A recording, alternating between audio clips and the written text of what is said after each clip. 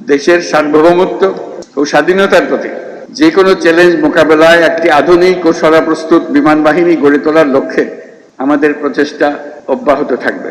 বিমান বাহিনীতে ভবিষ্যতে অত্যাধুনিক যুদ্ধ বিমান, হেলিকপ্টার, পরিবহন বিমান, radar, surface to air missile, UAV সংযোজনের জন্য সরকার বিমান বাহিনীকে সর্বোত্তম সহযোগিতা প্রদান করবে। একটি অটার বিমান, একটা এলিওয়েট হেলিকপ্টার, একটি ডেকোটা বিমান সহ 57 জন সদস্য নিয়ে জন্ম নিয়েছিল কিলো ফ্লাইট, যা বাংলাদেশ বিমান বাহিনীর নিউক্লিয়াস হিসেবে চিরস্মরণীয় হয়ে থাকবে। যার নামের আদ্যক্ষর দিয়ে এই কিলো ফ্লাইটের নাম করা হয়েছিল সেই জীবন্ত কিংবদন্তি এবং মুক্তিবাহিনীর ডেপুটি চিফ অফ স্টাফ বীরোত্তম এয়ার ভাইস মার্শাল